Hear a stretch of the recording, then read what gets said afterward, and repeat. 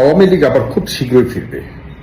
কেন আমি কথাটি বললাম আপনারা শেষ পর্যন্ত দেখবেন, এবং এর খুব বাস্তবসম্মত কারণ আছে। এবং সম্প্রতি একটা উদাহরণ অলরেডি আমাদের সামনে চলে এসেছে। কেউ কেউ তো আবার মাঠে নামতে দিবে না, এই করবে সেই করবে এগুলা বলে কথা বলতেছেন। ভাই, এটা 24-এর পরের বাংলাদেশ। এইখানে ওই আপনি চাইলেই কাউরে মাঠে নামতে দিবেন না, এটা বললে আপনাকে মব কইরা দেখা যাবে যে তৌহিদি জনতা মাইরা ফেলবে। So don't. আসসালামু আলাইকুম, আমি আপনাকে দেখাবো আওয়ামী লীগ আবার ক্ষমতায় ফিরবেন, কিন্তু কিভাবে যা আপনারা জানলে অবাক হয়ে যাবেন। তো আজকের এই ভিডিওটি অত্যন্ত গুরুত্বপূর্ণ। তো আমি আশা করব যে আপনারা সম্পূর্ণ ভিডিওটি দেখবেন, আর এই সম্পূর্ণ ভিডিওটি দেখলেই বিস্তারিত জানতে পারবেন। আর এই ভিডিওটি দেখানোর আগে আপনাদের কাছে আমার ছোট্ট একটি রিকোয়েস্ট, আপনারা যদি চ্যানেলে নতুন হয়ে থাকেন তাহলে নিত্য নতুন আপডেট নিউজ সবার আগে পেতে আমার এই চ্যানেলটি সাবস্ক্রাইব করে আমার সাথেই থাকুন। আর এখন চলুন কথা না বাড়িয়ে আমরা ভিডিওটি দেখে আসি। আওয়ামী লীগ আবার খুব শীঘ্রই ফিরবে। কেন আমি কথাটি বললাম আপনারা শেষ পর্যন্ত দেখবেন, এবং এর খুব বাস্তবসম্মত কারণ আছে। এবং সম্প্রতি একটা উদাহরণ অলরেডি আমাদের সামনে চলে এসেছে, একটা সম্ভাবনার বিষয় সামনে চলে এসেছে। এটি নিয়ে আমি একটু বিস্তারিত বলতে চাই। এটা হলো, সবাই শেষ পর্যন্ত শুনবেন, এর আগেই কমেন্ট করবেন না। আওয়ামী লীগ এর কারা ফিরবে, কি প্যাটার্নে ফিরবে, এই নিয়ে একটা মেটিকুলাস ডিজাইনের কাজ অলরেডি ডান। এর মধ্যে বর্তমান সরকারের সহযোগিতায় বিএনপি করবে নাকি জামায়াতে ইসলাম করবে নাকি অন্য কোনো দল করবে ভবিষ্যতে, কারণ নির্বাচন তো 12 তারিখ, নির্বাচন হয় কিনা সন্দেহ আছে। কিন্তু ধরে নেই নির্বাচন হবে। এরপরে আওয়ামী লীগ কিভাবে সেটেল ডাউন হবে, বাংলাদেশে কাম ব্যাক করবে, এই নিয়ে একটা বোঝাপড়া কিন্তু চলে মোটামুটি একটা ডান পর্যায়ে আছে। এই মেটিকুলাস ডিজাইন তৈরি করার ক্ষেত্রে সরকারের সরাসরি সহায়তা রয়েছে।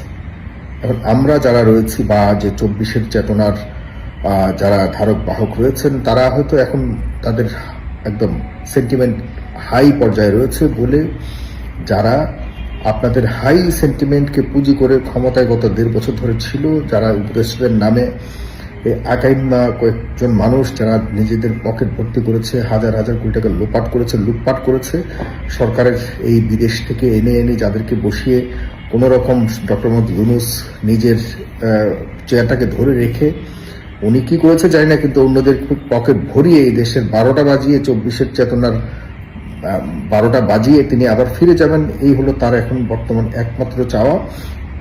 কিন্তু আওয়ামী লীগকে কিভাবে পুনর্বাসিত করবেন সেটি তিনি মোটামুটি আরেকটা ডিজাইন উনি না করলেও ওনার মানে চুপ থাকা আর সরকার একটা বড় অংশ এ নিয়ে কাজ করে মোটামুটি চূড়ান্ত পর্যায়ে চলে এসছে। আপনারা এটা যদি আমি একটা ছোট্ট উদাহরণ দিই, সেটি হলো যে সজীব ওয়াজেদ জয় আল জাজিরাকে একটা সাক্ষাৎকার দিয়েছে। তিনি সেখানে কিন্তু দেখবেন, ওনার যদি ফেস রিড করেন, ওনার যদি কথাবার্তার স্টাইল রিড করেন, ওনার যে কথাবার্তাগুলি বলেছে সেই মেসেজগুলি যদি আপনারা বিশ্লেষণ করেন, তাহলে কি আসছে তুই একটি কথা। আমি পুরো বিষয়টা দেখিনি, পুরো ইন্টারভিউটা দেখিনি, কিন্তু এত দেখতে হয় না। আমরা বুঝি কে কতটা কি বলবে এবং কোন ধারণা নিয়ে বলবে, তার উদ্দেশ্য কি। এগুলি থেকে আমি যতটুকু বুঝতে পারছি এবং যতটুকু শুনেছি, যতটুকু বুঝেছি, সেটি হলো যে তিনি শেখ হাসিনাকে মাইনাস করেছেন। এটিও তাদের আভ্যন্তরীণ ডিজাইনের একটি অংশ। এই মেসেজটি তিনি ওই যে চূড়ান্ত মেটিকুলাস ডিজাইনের একটি অংশ হিসেবে তিনি মেসেজটি দিয়েছেন, আল জাজিরাকে দিয়েছেন। আল জাজিরা মানেই তো আমাদের কাছে দিয়ে দেওয়া, কারণ আমরা আল জাজিরাকে ওন করি। এমন একটি জায়গায় তিনি ইন্টারভিউ দিয়েছেন। এটি কিন্তু আমরা দেখা যাচ্ছে যে যদি তিনি ভারতীয় কোনো গণমাধ্যমে দিতেন তাহলে কিন্তু আমরা এভাবে নিতাম না। তিনি দিয়েছেন কোথাও আল জাজিরাকে। তো আল জাজিরার বিষয়টা আমরা খুব স্বাভাবিকভাবে নিয়ে আল জাজিরাকে তো আমরা দুটো গালিও দিতে পারি না। হ্যাঁ, আমরা ওনার সুন্দরভাবে নিয়েছি, সবাই শুনেছি। শোনার পরে এখন তিনি কি বলেছেন যে তার মাকে তিনি ওল্ড বলেছেন, তিনি আর ফিরবেন না। শব্দটা শুনবেন, তিনি শি ইজ ওল্ড। নিজের মাকে কখনো ওল্ড এভাবে তাচ্ছিল্যের সাথে কখনো বলেন না, কিন্তু তিনি বলেছেন কেন, পার্ট অফ প্ল্যান। তিনি এমনভাবে তুলে ধরেছেন বা ধরতে চাচ্ছেন যে তার মা একজন অপরাধী, তার মাকে তিনি রাজনীতি থেকে এখন বিদায় দিয়ে চাচ্ছেন। তার চোখেও তার মাকে অপরাধী তিনি মিন করছেন বা বোঝাতে চাচ্ছেন যে ও সে তো অপরাধী, সে তো হ্যাঁ অপরাধী, বয়স হয়ে গেছে, সে আর কখনো ফিরতে পারবে না। তার মানে কি দাঁড়ায়? তার মানে দাঁড়ায় যে তার মা আর রাজনীতিতে ফিরছে না। এটি স্পষ্ট বার্তা। এটি তাদের মধ্যে যে পরিকল্পনা এখন সামনের সময় নিয়ে হচ্ছে, সেটিরই অংশ হিসেবে কিন্তু এখানে বলা। শেখ হাসিনা যদি না ফিরে, কে ফিরবে? শেখ হাসিনা যদি না ফিরে, তাহলে সজীব ওয়াজেদ জয় ফিরবেন, এবং জয় ফেরার আগে কি করবেন? তিনি সবার কাছে, এই জাতির কাছে ক্ষমা চাইবেন। ক্ষমা চেয়ে তিনি কি করবেন? বলবেন যে আমি আবারও নতুন করে, নতুন নেতৃত্বে, পুরাতন যত অপরাধী আছে সবাইকে বাদ দিয়ে আমরা নতুন একটা আওয়ামী লীগ বাংলাদেশে আসতে চাই, বাংলাদেশের রাজনীতিতে আমরা যুক্ত হতে চাই। কারণ প্রধান উপদেষ্টা ইতিমধ্যে বলে দিয়েছে যে এখনো তো আওয়ামী লীগ ক্ষমা চায়নি। এর মানে কি? এটিও মেটিকুলাস ডিজাইনের একটি অংশ। তাহলে দেখুন পয়েন্ট, উনি বলেছেন এখনো ক্ষমা চায়নি, ওদিক থেকে মানুষ মনে করছে শেখ হাসিনাকে এই দেশের মানুষ ক্ষমা চাইলেও ক্ষমা করবে না। শেখ হাসিনাকে যদি ক্ষমাও চায়, শেখ হাসিনা কখনোই ক্ষমা করবে না। এটা বুঝে শুনে কিন্তু শেখ হাসিনাকে অলরেডি তাদের এই প্ল্যানের অংশ হিসেবে মাইনাস অলরেডি করে দিয়েছে। কারণ জানে যে এই জিনিসকে খাওয়াতে পারবে না, সুতরাং তারা এটা নিয়ে নাড়াচাড়া না করে শেখ হাসিনাকে বলে দিয়েছে তুমি চুপচাপ থাকো আর এইসব ধরনের কথাবার্তা না বলে তুমি এখন অবসর গ্রহণ করো, আমরা এখন বাকিটা আমাদের প্ল্যানের অংশ হিসেবে আমরা ফিরে যেতে চাই, এবং দলের মধ্যে একটা নতুন নেতৃত্বের পরিবর্তন এনে নতুন করে দলটাকে নিয়ে আমরা বাংলাদেশে যেতে চাই, যেটির জন্য আমাদের সরকারের সাথে কথা হয়েছে, বিএনপির সাথেও কথা হয়েছে, জামাত ইসলামের সাথে কথা হয়েছে, এবং জামাত বিএনপি আমি মানে এটার জন্য বড় বিশ্লেষক হওয়ার প্রয়োজন নেই, হ্যাঁ হয়েছে। এখন শুধুমাত্র সময়ের অপেক্ষায়, যে নির্বাচনটা হলে পরে একটা স্বাভাবিক রাজনৈতিক পরিবেশ আসবে, তখনই দেখা যাচ্ছে যে এরকম একটা ডিক্লারেশন দিবে, লিখে রাখেন জনাব জয় ক্ষমা চাইবেন আমাদের এই বাংলাদেশের কাছে, জাতির কাছে, যে আমরা যাই করেছি ভুল যদি হয়ে থাকে আমাদেরকে ক্ষমা করে দিবেন, আমার মাকে আমরা আর রাজনীতিতে আনছি না, আমরা নতুন নেতৃত্ব নিয়ে এই দেশে আপনাদের সামনে। খুবই ভালো। জয় সাহেব তার নিজে খুন করেননি, আমিও মনে করি যারা নির্দোষ আওয়ামী লীগ, যারা নির্দোষ আওয়ামী লীগ কোটি কোটি কোটি কোটি সমর্থক রয়েছে, তারা বাংলাদেশের রাজনীতিতে ফিরে আসা উচিত। কারণ হলো আদারওয়াইজ আবারও একচেটিয়া এক নায়কতন্ত্র এবং ওয়ান পাওয়ার পার্টি, কি বলে ওয়ান পার্টি পাওয়ার, এই টাইপের একটা এক্সারসাইজ হয়তো আসতে পারে আমাদের সামনে। সেটি থেকে দূরে থাকতে হলে আমাদেরকে অবশ্যই, এখন আওয়ামী লীগকে কখন মানুষ ক্ষমা করবেন এটি জানি না, কিন্তু তারা এই ধরনের পরিকল্পনা করে যাচ্ছে। ক্ষমা করা উচিত কিনা এ নিয়ে আমার ব্যক্তিগতভাবে আমি বলবো, ক্ষমা করা উচিত না উচিত এসব নিয়ে আমাদেরকে বিশ্লেষণ করতে হবে।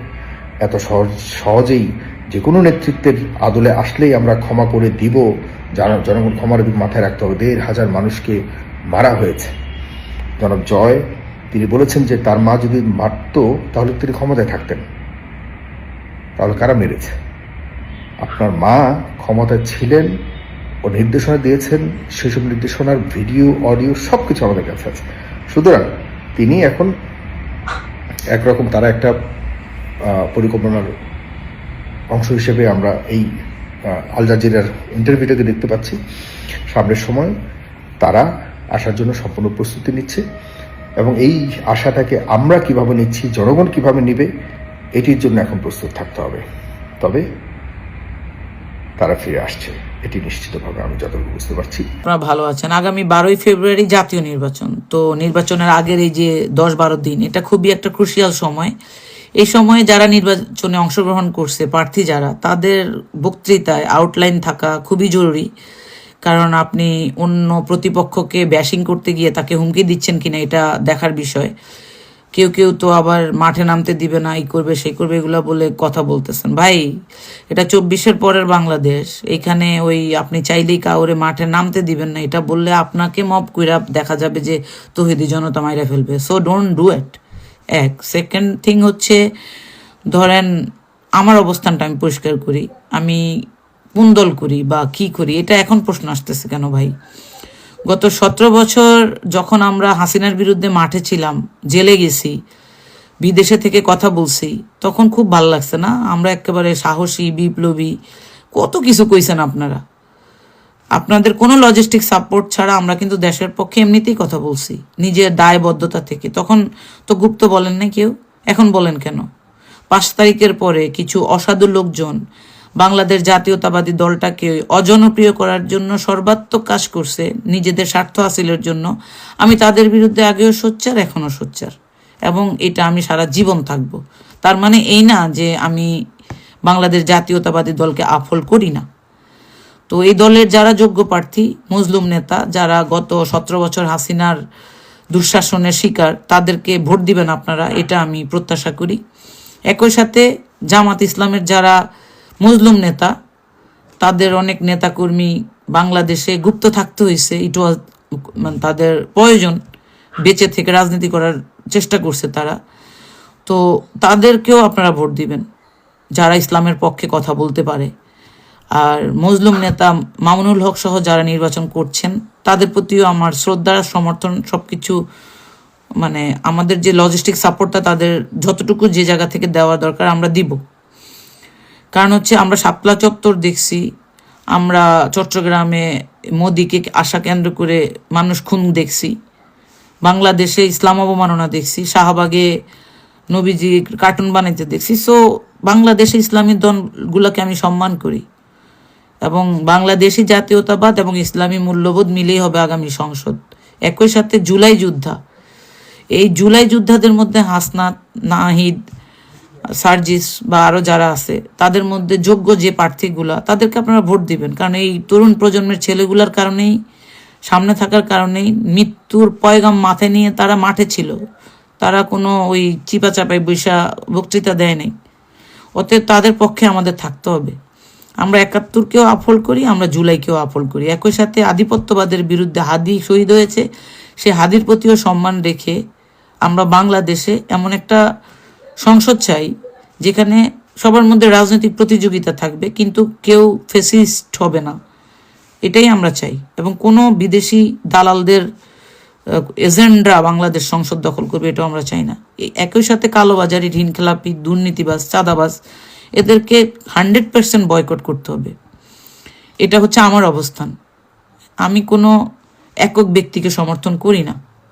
আমি শহীদ রাষ্ট্রপতি জিয়াউর রহমানের দল বাংলাদেশের এমন একটা রাজনৈতিক দল, মানে এই দলটা হচ্ছে জনবান্ধব একটা দল।